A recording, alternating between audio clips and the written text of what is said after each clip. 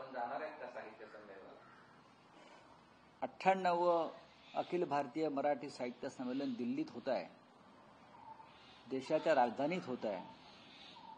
मला वाटतं 1954 साली पंडित नेहरू पंतप्रधान असताना संमेलन झालं होतं आणि ते आता होत आहे. अर्थात महाराष्ट्रातून मोठ्या प्रमाणात इकडे साहित्य रसिक आलेले आहेत आणि आमच्या सगळ्यांसाठीची आनंदाची गोष्ट आहे.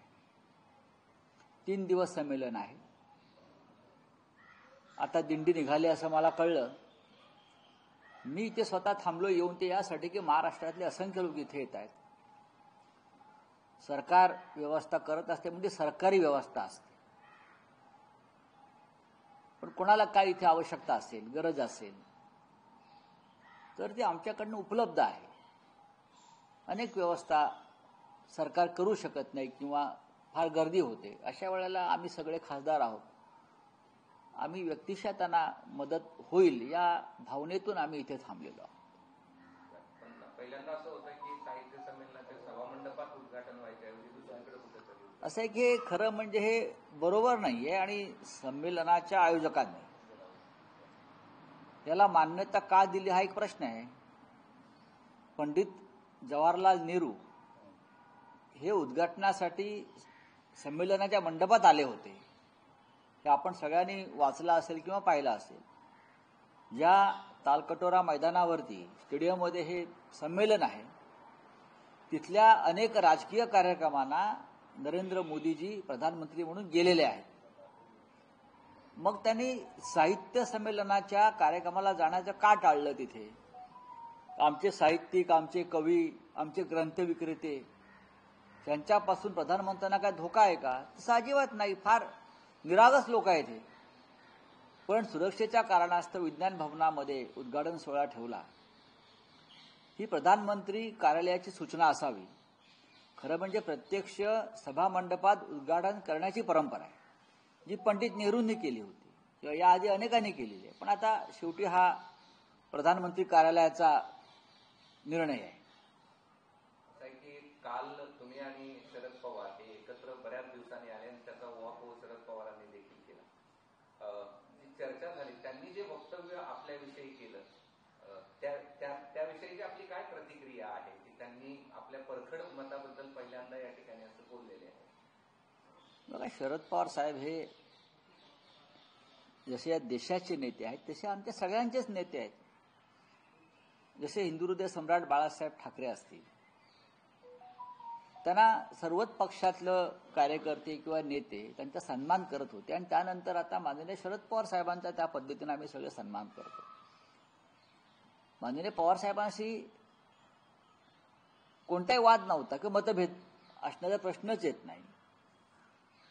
ज्या चुकीच्या पद्धतीनं महादजी शिंदे पुरस्कार देण्यात आला त्याच्यामुळे महादजीची प्रतिष्ठा कमी झाली ही आमची भूमिका होती आणि साहित्य संमेलनाच्या बॅनरखाली अशा प्रकारचे कार्यक्रम होऊ नयेत. महादजी शिंदे हा खूप मोठा माणूस होता. त्याने तलवारीच्या जोरावर दिल्लीवर राज्य केलं, दिल्लीला आपल्या टाचेखाली ठेवलं. त्याच्यामुळे दिल्लीशी तडजोड करणाऱ्यांना महादजीचा पुरस्कार द्यावा याला आमचा विरोध होता आणि तो आम्ही आमची भूमिका स्पष्ट केली, परखडपणे मांडली.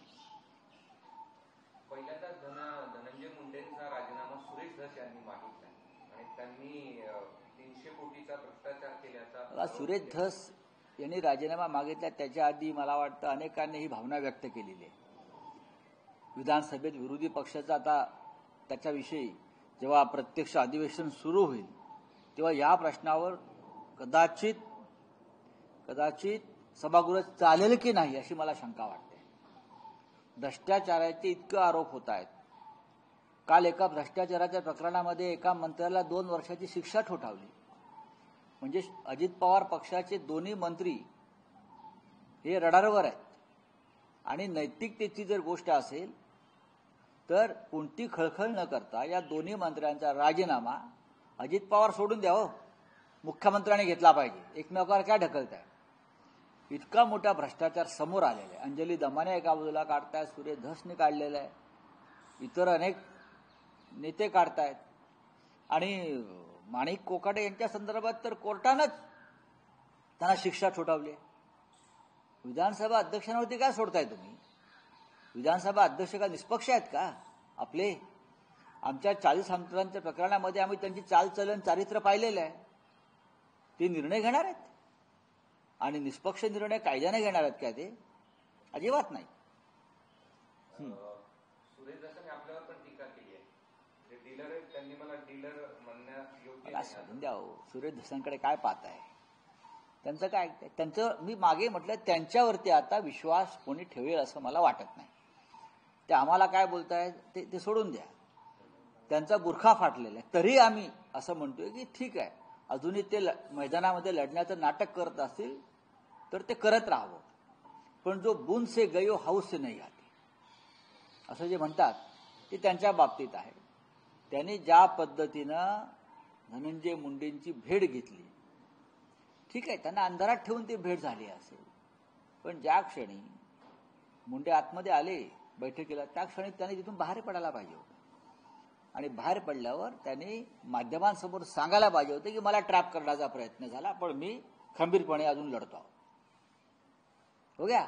एक मुनगंटीवारांनी खंत व्यक्त केली आहे मंत्रीपद न मिळण्याची. काय ते एका कार्यक्रमात म्हणले की मेरी खुर्ची छीन जाईल. असं आहे का? त्यांचा हायकमांडचा निर्णय, मी त्याच्यावरती काय बोलला? इतके वर्ष आपण मंत्री होतात ना, मनोहर जोशींच्या काळापासून ते आतापर्यंत अनेक वर्ष ज्यांनी मंत्रिपदं भोगलेली असतात त्यांनी कधीतरी दुसऱ्यांसाठी खुर्ची रिकामी करायची असते. प्रत्येक पक्षाला हे धोरण लागू व्हायला पाहिजे.